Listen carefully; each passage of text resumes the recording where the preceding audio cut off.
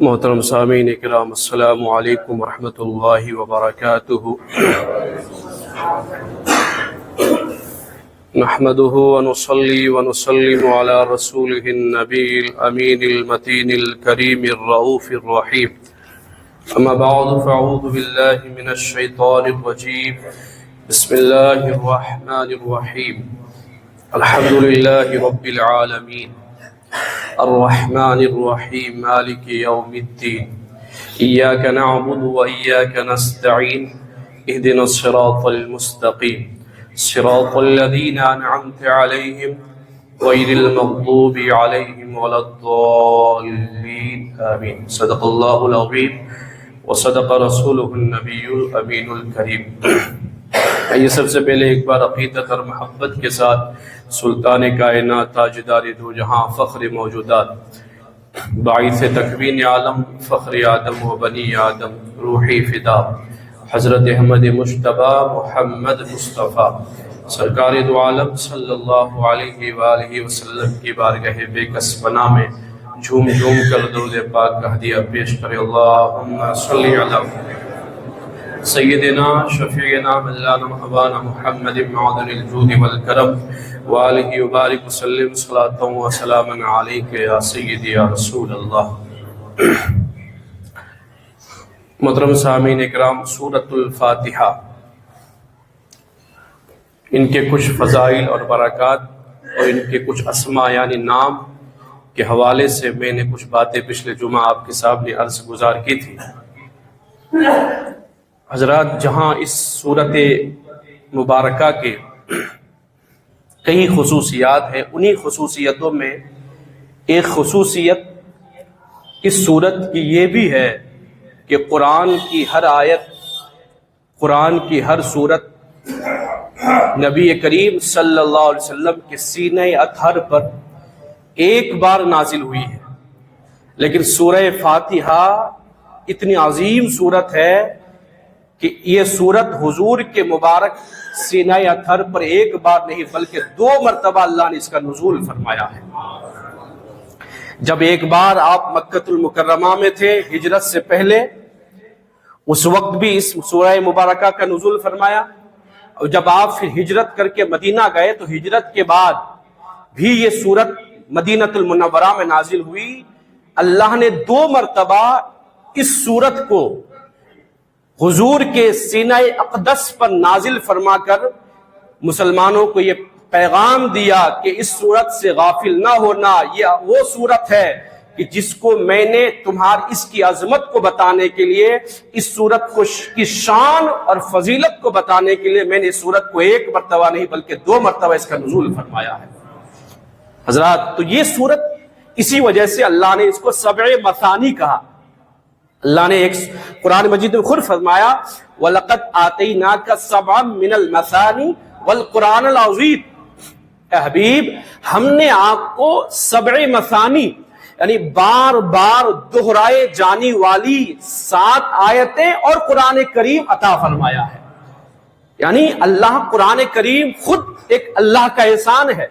جب قرآن مکمل قرآن کا نام لیا جائے تو قرآن میں سورہ فاتحہ بھی آ جاتا ہے، کوئی سورت یا کوئی آیت نہیں رہ جاتی۔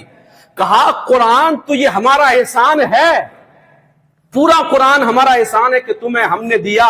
کہا لیکن یہ قرآن احسان ہے، لیکن اس احسان پر یہ احسان ہے کہ ہم نے تمہیں 7 آیتوں والی سورہ فاتحہ بھی عطا فرمائی ہے۔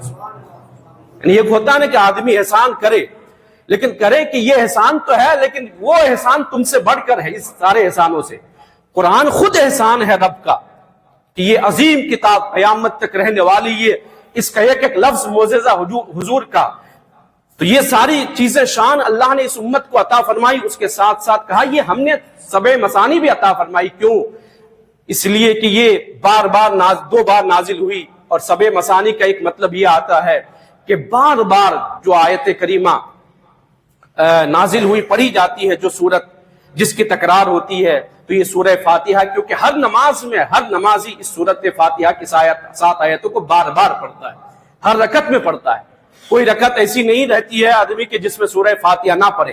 تو یہ سورت چونکہ بار بار تکرار ہوتی ہے، بس ایک بات اور کر کے انشاءاللہ میں اس کے ترجمے کی طرف آتا ہوں. اس کا نام ایک سورۃ صلاۃ بھی ہے، یعنی نماز والی سورت ہے، کیونکہ جانتے ہیں کہ نماز کا ایک اہم رکن بنا دیا گیا ہے اس سورت فاتحہ کو، کہ اور کوئی سورت نہ پڑھے تو اس کے بدلے یہ چلتی ہے، یا ہم سورت فاتحہ کے بعد یہ ضروری ہے کہ ہم سورہ اخلاص ہی پڑھیں، کوئی دوسری پڑھ لیں تو بھی چلے گا.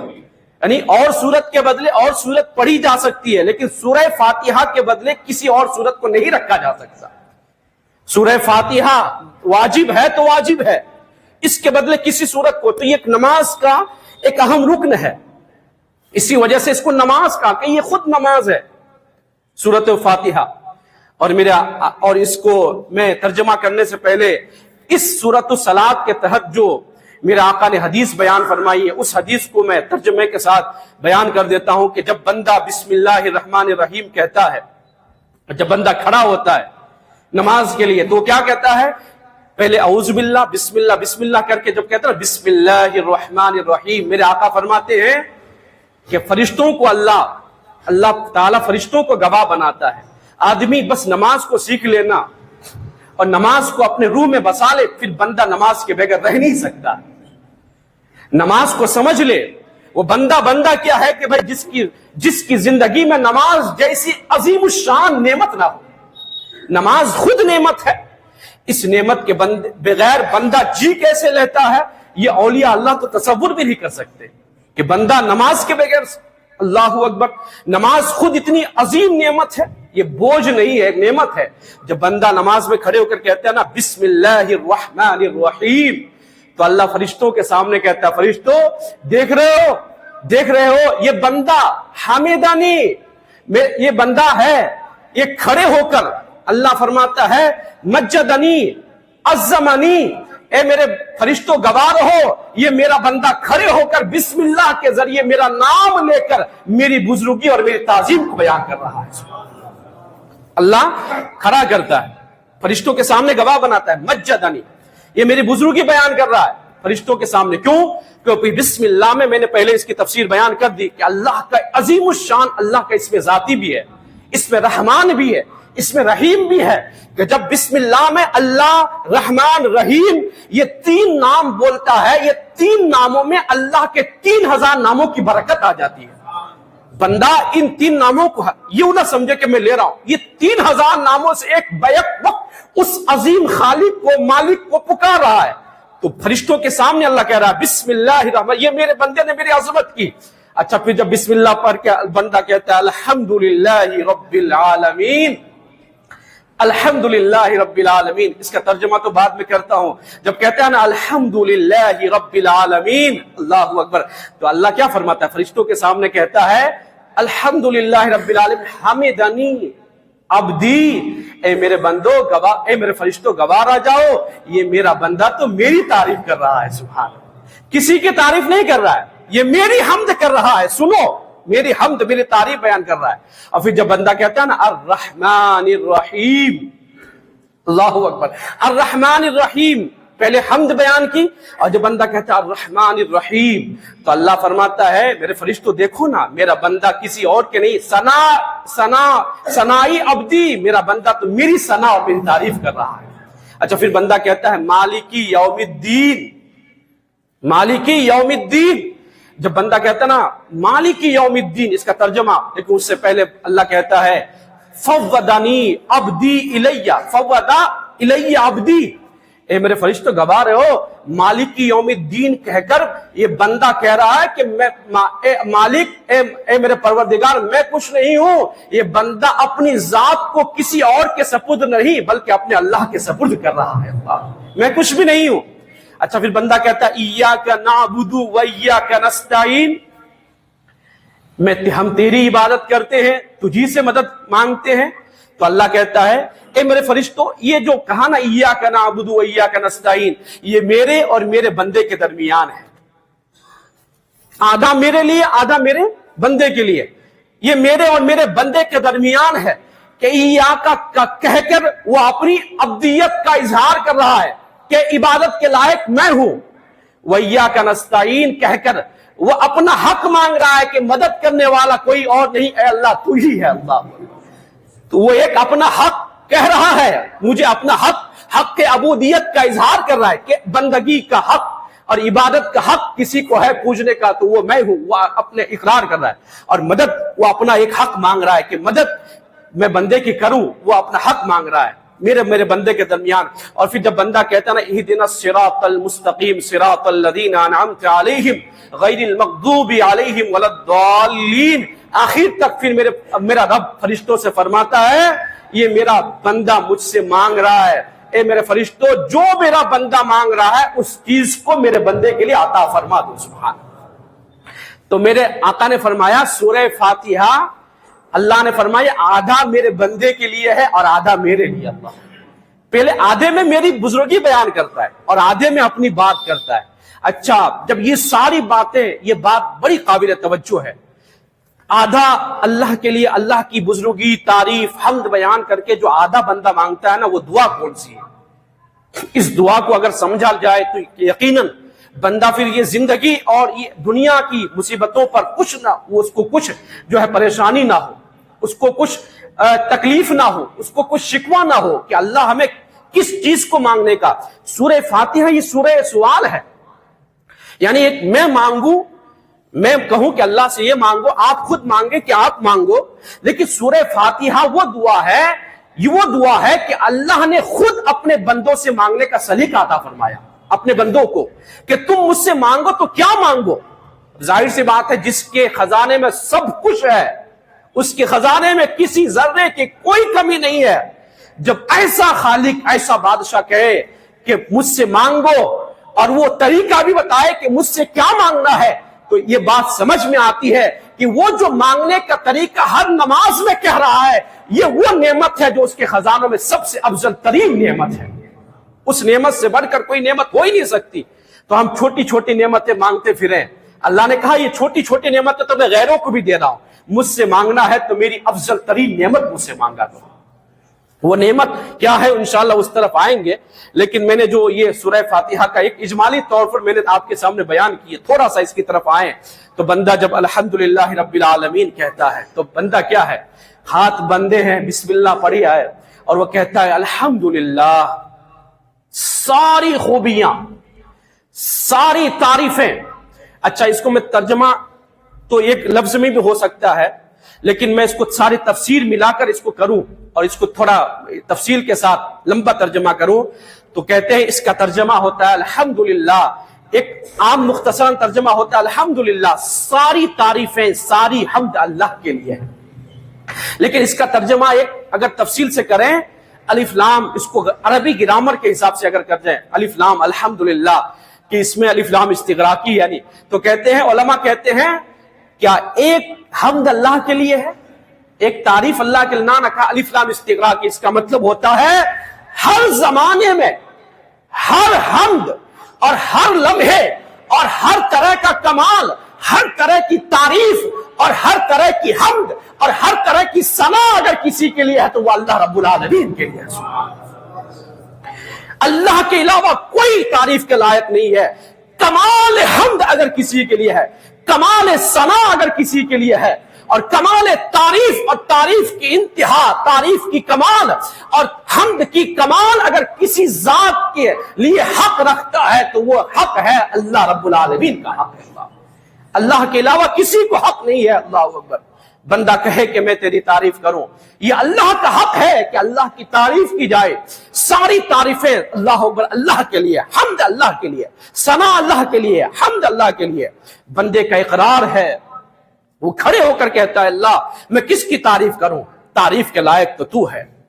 اچھا، علماء بیان فرماتے ہیں کہ کیوں، اگر اللہ یہ بھی کہہ سکتا تھا، اللہ نے طریقہ سمجھا نا اس کی حمد کا، اللہ یہ بھی کہہ سکتا تھا کہ الحمدللہ ساری خوبیاں اللہ کے لیے، لیکن یہ بھی ہو سکتا تھا احمد اللہ، یعنی الحمدللہ کا ترجمہ ہوتا ہے ساری خوبیاں اللہ کے لیے مطلقاً، لیکن اب بندہ خود کھڑا ہے، خود تعریف کر رہا ہے، تو یوں بھی تو ہو سکتا تھا الحمدللہ میں اللہ کی حمد کرتا ہوں، میں نہیں ہے، بلکہ کہا الحمدللہ میں تعریف نہیں کرتا ہوں، کہا اگر یہ ہوتا نا احمد اللہ، میں تعریف کرتا ہوں، تو بات کبھی کوئی سمجھ سکتا تھا اچھا اللہ کی تعریف اس لیے ہو رہی ہے کہ یہ تعریف کر رہا ہے، اللہ کی حمد اس لیے ہو رہی ہے کہ یہ تعریف، اب حمد کرنے والا سمجھتا کہ میں حمد کر رہا ہوں، میں تعریف کر رہا ہوں، تو حمد کرنے والا، تعریف کرنے والا سوچتا اچھا میں کر رہا ہوں تو اللہ کی تعریف ہو رہی ہے، میں حمد کر رہا ہوں تو اللہ کی حمد ہو رہی ہے، وگرنہ نہیں ہو سکتا۔ اللہ نے اس انا کو کاٹ دیا، کہا حمد کرنے والے ہو یا نہ ہو، شاکرین ہو یا نہ ہو، ارے اللہ کی ذات تو وہ ذات ہے، جب وقت بھی نہ تھا، جب کچھ بھی نہ تھا، اللہ کی حمد اس وقت بھی ہو رہی تھی اور قیامت تک اللہ کی حمد ہوتی رہے گی۔ سبحان اللہ۔ تم یہ مت سمجھو کہ میں اللہ کی تعریف کر رہا ہوں تو اللہ کی حمد ہو رہی ہے، اللہ کی تعریف ہو رہی ہے۔ تم کون ہوتے ہو؟ کوئی حمد کرنے والا ہو یا نہ ہو، اس کی ذات ازل ہے، اس کی ذات ابد ہے، وہ ہمیشہ سے ہے، ہمیشہ رہے گا۔ ارے تم نہ رہو، تم نہیں تھے پھر بھی اللہ کی حمد ہو رہی تھی، تم نہیں رہو گے پھر بھی اللہ کی حمد ہوتی رہے گی۔ سبحان اللہ۔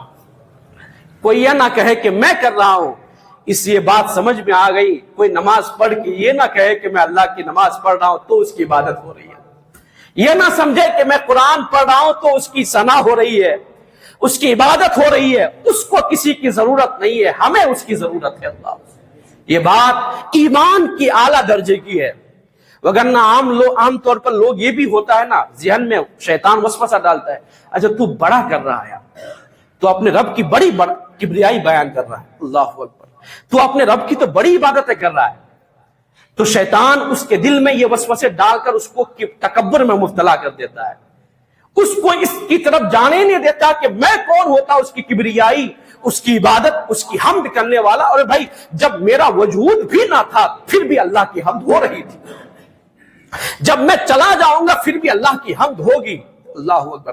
اسی وجہ سے اللہ نے یہ نہیں کہا کہ میں حمد کر رہا ہوں، بلکہ اللہ نے کہا تمام تعریفیں مطلقاً کہو، تمام تعریفیں اللہ کے لیے، اور کمال قدرت یعنی کمال حمد کا جو کمال کا درجہ ہے، یعنی جو سب سے اعلیٰ درجہ ہو سکتا ہے وہ اعلیٰ درجہ اللہ کی حمد ہے۔ اچھا حضرت داؤد علیہ السلام اپنی کوشش کرنی ہے، وگرنہ اس کا حق کون ادا کر سکتا ہے، اس کا تو ہم ذرہ بھی ادا نہ کر سکے۔ حضرت داؤد علیہ السلام نے ایک بار عرض کیا یا اللہ العالمین میں تیرا شکر، میں تیری حمد کیسے ادا کروں، میں تیری حمد کیسے ادا کروں، حالانکہ تیری حمد تو کمال کی ہے، اور اگر میں تیری حمد بھی ادا کروں تو وہ بھی تیری توفیق سے ہے، یعنی میں جو حمد کر رہا ہوں، میں تو تیرا نام لے رہا ہوں، وہ بھی تیری توفیق ہے، اور تیری توفیق بھی تیرا انعام ہوتا ہے۔ یعنی میں جب کہہ رہا ہوں اللہ تو یہ میرا کمال نہیں ہے، میں جب کہہ رہا ہوں الحمدللہ یہ میرا کمال نہیں ہے، میں جب کہہ رہا ہوں سبحان اللہ یہ میرا کمال نہیں ہے، اے اللہ یہ تیری توفیق ہے، اور تیری توفیق بھی تیرا انعام ہے، تو تیرے حمد کے لیے، تیری عبادت کے لیے تیرا انعام ہونا چاہیے۔ اللہ اکبر۔ بندہ یہ نہ سوچے کہ میں آ گیا، یہ نہ سوچے میں آ گیا، یہ اللہ کا انعام ہے، تجھے لے آیا ہے، سبحان اللہ، اکبر، میں آ گیا، یہ مت سوچے کہ میں آ گیا جمعے کے لیے۔ آپ آنے والے کون ہوتے ہیں؟ بڑے ہیں جو گھومتے پھر رہے بازاروں میں، دیکھو نا آپ کیسے آ گئے ہیں، یہ آپ نہیں آئے ہیں، یہ بھی اللہ کا انعام ہے۔ اے اللہ میں کہوں تعریف کروں تو یہ تو تیری تعریف ہے، تو کیسے کر سکتا ہوں؟ تیری توفیق ہوتی ہے، یہ بھی تیرا انعام ہوتا ہے، تو تیرا انعام تسلسل ہے، تو میں تیری تعریف تو کر ہی نہیں سکتا۔ اللہ اکبر۔ تو اللہ نے ارشاد فرمایا، کیا خوبصورت جواب ہے، اللہ نے ارشاد فرمایا داؤد جب تمہیں خبر ہو گئی کہ تو میری تعریف سے، میرے شکر سے، میرے حمد سے تو عاجز ہے، تو عاجز ہے، یعنی کما حقہ تو میری تعریف، میری حمد، میرا شکر نہیں کر سکتا، یعنی جب تیرے اندر عاجزی آ جائے کہ میں عاجز ہوں، میں نہیں کر سکتا، تو تیری طاقت اور تیری قدرت کے اعتبار سے یہی میری حمد ہو جاتی ہے، سبحان اللہ۔ یعنی جتنا تیرے طاقت میں تھا، جتنا تیرے قدرت میں تھا وہ تو نے کر لیا، وگرنہ میری حمد کون کر سکتا ہے؟ اللہ اکبر۔ میری حمد کون کر سکتا ہے؟ کون کہہ سکتا ہے میں نے اللہ کی حمد کر لیا؟ اللہ اکبر۔ تو یہ الحمدللہ رب العالمین کتنے سبق ہیں، تو بندہ صرف الحمدللہ کہے، اس میں کتنے سارے اسباب آ جاتے ہیں، اللہ اکبر۔ کہ بندے کے اندر سے اللہ انانیت، تکبر، سب کچھ ختم کرنا چاہتا ہے، اور بندے کو عاجز بنا کر اللہ اپنی بارگاہ میں کھڑا کرنا چاہتا ہے. عاجز بن جاؤ میری بارگاہ میں. اللہ اکبر. اچھا، دوسرا علماء نے بیان فرمایا کہ اللہ نے جب قرآن کی ابتدا کی، جب لوح محفوظ پر نازل تو کوئی اور آیت ہوئی میں نے بتایا، لیکن جب لوح محفوظ پر جو قرآن لکھا تھا اب بھی ہے اور جو ہمارے سامنے ترتیب، وہ الحمدللہ سے شروع کی. پہلے کچھ اور بھی تو ہو سکتا تھا، پہلے نماز آ جاتی یا کوئی اور اس کی توحید کا ذکر، کوئی بھی الحمدللہ سے شروع کی. کیا وجہ ہے؟ کہا اس میں کئی ساری وجوہات ہیں. پہلی وجہ کہ قرآن کی ابتدا، آغاز قرآن کا 30 پاروں کا الحمد، سورہ فاتحہ سے، اور سورہ فاتحہ میں الحمد سے، یعنی ساری تعریفیں اللہ کے حمد سے شروع ہو رہی ہے. اس کی پہلی وجہ یہ ہے، علماء بیان فرماتے ہیں کہ جب حضرت آدم علیہ السلام کا جسم بنایا گیا اور آپ کے مبارک جسم میں روح داخل کی گئی، تو جب حضرت آدم علیہ السلام کے جسم میں روح داخل ہو رہی تھی نا، تو پہلی بار جب ان کی روح ناف تک پہنچی اور ناف میں جو ہی روح پہنچی تو ان کو چھینک آئی. پہلی بار چھینک آئی انسان کو. انسانیت کی ابتدا ہو رہی ہے اور اللہ انسانیت کا آغاز کر رہا ہے. پہلی بار کسی انسان کے جسم میں روح ڈالی جا رہی ہے، اور جب روح گئی ناف میں، چھینک آئی، اور جب چھینک آئی تو سب سے پہلے جو انسانیت، ابول انسان حضرت آدم علیہ السلام، پہلے انسان کے چھینک آنے کے بعد ان کے زبان سے جو سب سے پہلا لفظ نکلا انسان کے، وہ الحمدللہ رب العالمین تھا. سبحان اللہ. پہلا لفظ نکلا ہے انسان کے الحمدللہ رب العالمین، الحمدللہ رب العالمین. اللہ اکبر. تو علماء بیان فرماتے ہیں جو انسان کی آغاز ہے وہ اللہ کی حمد سے ہے. اور اسی قرآن میں ہے جب جنتی جنت میں جائیں گے تو جنت میں جا کر جو سارا کلام ہوگا، کلام کرنے کے بعد وہ آخر میں کیا کہیں گے؟ وہ آخر جملہ ہوگا وَآخِرُ دَعْوَانَا أَنِ الْحَمْدُ لِلَّهِ رَبِّ الْعَالَمِينَ. جنتی جنت میں جو سب سے آخری کلام کریں گے وہ یہ کہیں گے ہماری سب سے آخری بات ہے الحمدللہ رب العالمین. سبحان اللہ. اللہ نے انسانیت کا جو آغاز ہے، انسانیت کی جو انتہا ہے، اللہ نے اپنے آغاز اور اپنے انتہا کی یادداشت کے لیے جب قرآن کی ابتدا فرمائی تو الحمدللہ رب العالمین سے فرمائی کہ تم اپنے آغاز کو نہ بھولنا، اپنی انتہا کو نہ بھولنا. ارے تمہاری ابتدا بھی میرے حمد سے ہو رہی ہے، تمہاری انتہا بھی میرے حمد سے ہوگی. سبحان اللہ. تو اپنے رب کو نہ بھولنا. اللہ اکبر. تو اللہ نے فرمایا، تو اللہ نے انسان کی زبان سے جو قرآن الحمد نکلا پہلی بار، تو اللہ نے قرآن کی ابتدا فرمائی. تو علماء بیان فرماتے میرے مسلمانوں، جب تو انسانیت کی ابتدا، انسانیت کی انتہا اللہ کی حمد سے ہو رہی ہے، تو پھر دنیا کے کسی بھی کام میں ہو، دنیا کا کوئی بھی کام ہو، حمد کے بغیر تم کبھی اس کو شروع نہ کرنا، کبھی اس کو ختم نہ کرنا، بلکہ الحمدللہ رب العالمین ہم سے یہ تقاضا کرتا ہے کہ تمہاری اس دنیاوی کام میں بھی اس کی ابتدا الحمدللہ سے ہونی چاہیے، اس کی انتہا بھی الحمدللہ سے ہونی چاہیے. پھر میرے آقا علیہ السلام نے خود فرمایا، میرے آقا علیہ السلام نے ارشاد فرمایا کہ جب بندہ کھاتا ہے پیتا ہے، اللہ کو یہ بات بہت پسند ہے، اللہ کو یہ بات بہت پسند ہے. میرے آقا نے فرمایا کہ جب بندہ کھائے تو الحمدللہ کہے، جب بندہ پیے تو الحمدللہ کہے. پھر میرے آقا نے فرمایا افضل الذکر لا الہ الا اللہ، سب سے افضل ذکر لا الہ الا اللہ ہے. فرمایا وہ افضل الدعاء الحمدللہ، اور سب سے بہترین افضل دعا تو الحمدللہ ہے. سبحان اللہ. یعنی تم الحمدللہ کہے تو یہ دعا بھی ہو جاتی ہے. پھر میرے آقا نے ایک حدیث میں فرمایا کہ الحمدللہ کے تحت یہ ساری چیزیں فرمایا. میرے آقا نے فرمایا جب اللہ کسی بندے کو کوئی نعمت دے، اپنی کوئی بھی نعمت دے، اور اس نعمت پر وہ الحمدللہ کہے، تو اللہ خود ارشاد فرماتا ہے، میرے آقا فرماتے ہیں جب بندہ کسی نعمت کے ملنے پر الحمدللہ کہتا ہے تو یہ الحمدللہ اس نعمت سے بھی زیادہ اللہ کے نزدیک فضیلت والا کام ہو جاتا ہے. یعنی نعمت بھی اللہ کی ہے، لیکن جب بندہ کہہ دیتا ہے الحمدللہ، نعمت بھی اللہ نے دی تھی، لیکن جب بندہ کہتا ہے الحمدللہ تو یہ الحمدللہ کہنا اللہ کے نزدیک اس سے بھی زیادہ افضل والی بات، پسندیدہ بات ہو جاتی ہے۔ پھر علماء بیان فرماتے ہیں ایک سبق تو یہ تھا کہ بھائی اس میں الحمدللہ پہلے قرآن کی ابتدا اس لیے ہوئی کہ انسانیت کی زبان سے جو پہلا لفظ نکلا وہ الحمدللہ ہے، اور دوسری وجہ علماء بیان فرماتے ہیں کہ الحمدللہ میں تم لفظ گنو نا، الف لام ہا میم دال پھر لام لام ہا، تو الحمدللہ اس میں 8 حرف ہیں، الف لام ہا میم دال، الحمدللہ میں کل 8 لفظ ہیں، کہا الحمد میں 8 لفظ ہیں اور جنت کے دروازے بھی 8 ہیں، سبحان اللہ، جنت کے دروازے میں۔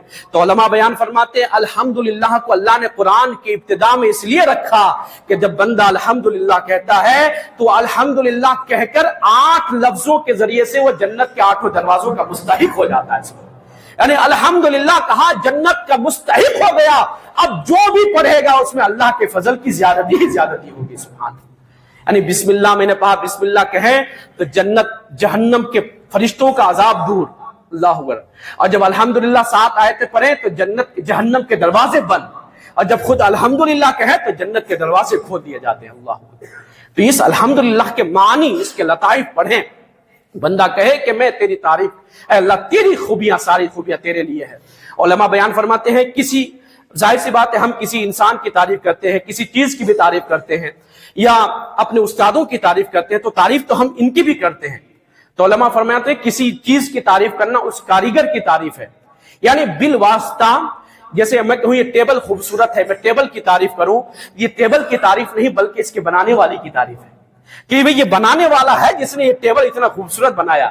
یعنی میں ٹیبل کی تعریف کروں تو یہ ٹیبل کی تعریف ہو رہی ہے، لیکن واسطے کے ساتھ وہ ٹیبل بنانے والے کی تعریف ہو رہی ہے۔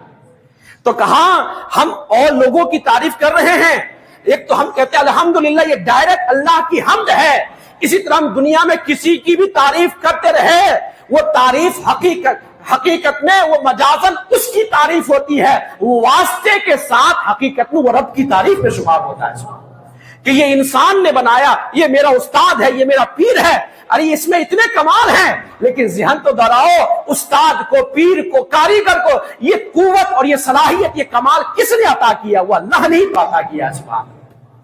تو ہم کسی بھی کی تعریف کریں، یہی وجہ ہے ہم رات بھر نعت مصطفیٰ پڑھتے سنتے رہیں، ہے تو حضور کی نعت لیکن حقیقت میں وہ اللہ کی تعریف ہو رہی ہے، سبحان اللہ۔ یہ شمس الضحیٰ ہے، یہ بدر الدجا ہے، سب سے اعلیٰ وہ اعلیٰ ہمارا نبی ہے، یہ کمال، یہ عظمت، یہ شان ہمارے نبی کو کس نے عطا فرمائی ہے؟ اللہ رب العالمین نے عطا فرمائی، سبحان اللہ۔ تو ہم کسی کی بھی تعریف کریں مجازن، وہ واسطے سے وہ اللہ ہی کی تعریف ہوتی ہے، لہٰذا حقیقت میں جتنی بھی تعریفیں ہو رہی ہے وہ بندہ حقیقت میں کسی اور کی تعریف نہیں بلکہ یوں سمجھے میں اللہ کی تعریف کر رہا ہوں، سبحان اللہ۔ اس الحمدللہ میں اور بھی بہت سارے ہیں، الحمدللہ رب العالمین، انشاءاللہ دوسری طرف جائیں گے تو الحمدللہ کے معنی کو آپ سمجھیں کہ کتنا خوبصورت کلمہ اللہ تبارک و تعالیٰ نے ہمیں عطا فرمایا۔ جب اس لفظ کو آپ پڑھیں نماز کو، الحمدللہ رب العالمین، اس کا لطف لیں، ساری تعریفیں تیرے لیے، ساری خوبی اللہ کے لیے، انشاءاللہ اس نماز میں برکت ہوگی، اس نماز میں لطف بھی آئے گا۔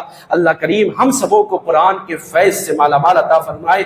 وآخر دعوانا الحمد للہ، استغفر اللہ ربی من کل ذنب واتوب الیہ۔